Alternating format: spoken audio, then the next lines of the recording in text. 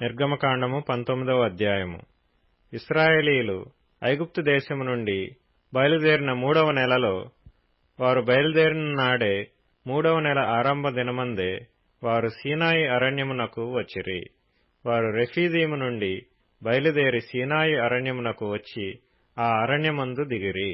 అక్కడ ఆ పర్వతము ఎదుట ఇశ్రాయేలీయులు విడిసిరి.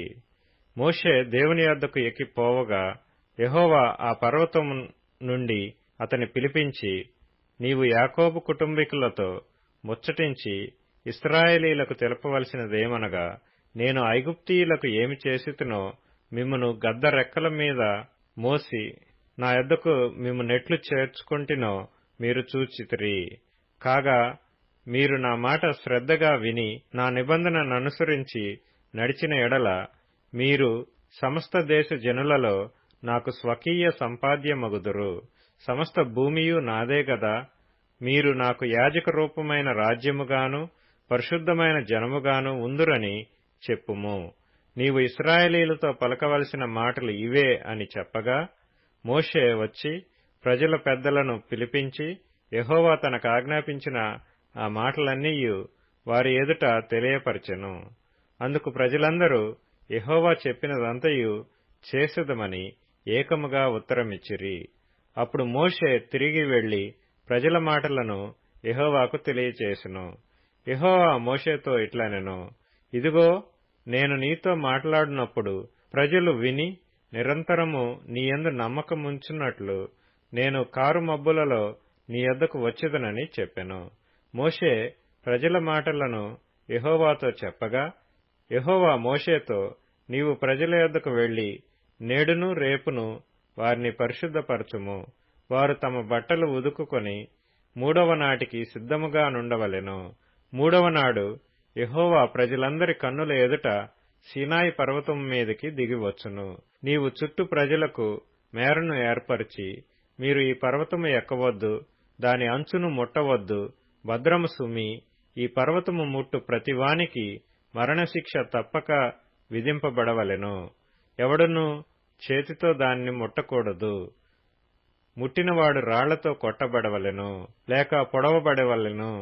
మనుషుడు గాని మృగము గాని బ్రతకకూడదు. బూరధ్వని చేయునప్పుడు వారు పర్వతము యొద్దకు రావలెననెను. అప్పుడు మోషే పర్వతం మీద నుండి ప్రజల యొద్దకు దిగి వచ్చి ప్రజలను పరిశుద్ధపరచగా వారు తమ బట్టలను ఉదుకుకొనిరి. అప్పుడతడు 3వ నాటికి సిద్ధముగా నుండుడి, ఏ పురుషుడు స్త్రీని చేరకూడదని చెప్పెను.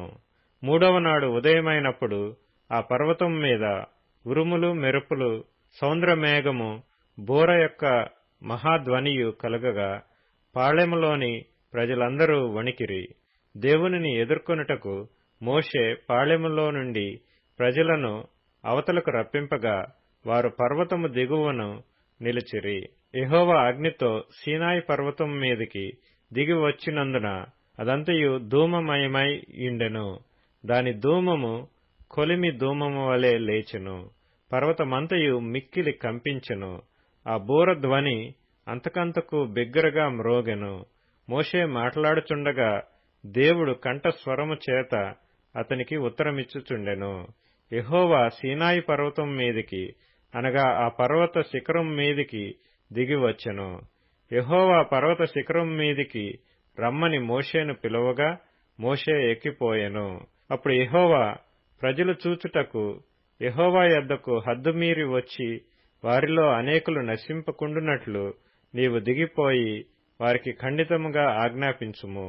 మరియు యెహోవా వారి మీద పడకుండునట్లు యెహోవా యొద్దకు చేరు యాజకులు తమ్ము తామే పరిశుద్ధపరచుకొనవలెనని మోషేతో చెప్పగా, మోషే యెహోవాతో, ప్రజలు సీనాయి పర్వతము ఎక్కలేరు.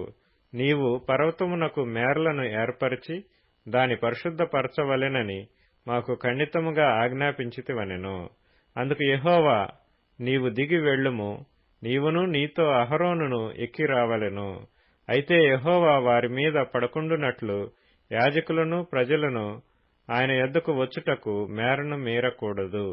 ఆయన వారి మీద పడునేమో అని అతనితో చెప్పగా మోషే ప్రజల యొద్దకు వెళ్లి ఆ మాట వారితో చెప్పెను.